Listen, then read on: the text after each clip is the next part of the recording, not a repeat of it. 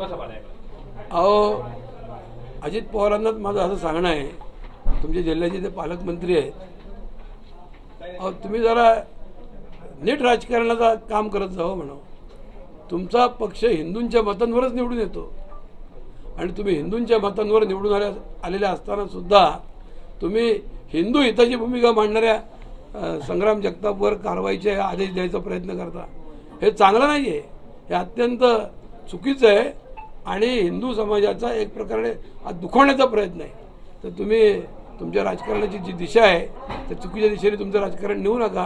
तुम्ही भारतीय जनता पार्टीचे सरकारमध्ये सहयोगी सदस्य आहात, तर तुम्हाला काहीतरी 4 गोष्टी चांगल्या लक्ष देण्याची अपेक्षा आहे. आणि ज्या वेळेला 370 कलम नष्ट केलं त्यावेळेला सगळ्यात पहिल्यांदा अभिनंदन अजित पवारनी केलं आणि दुसरं अभिनंदन ज्योतिरादित्य शिंदेनी केलं.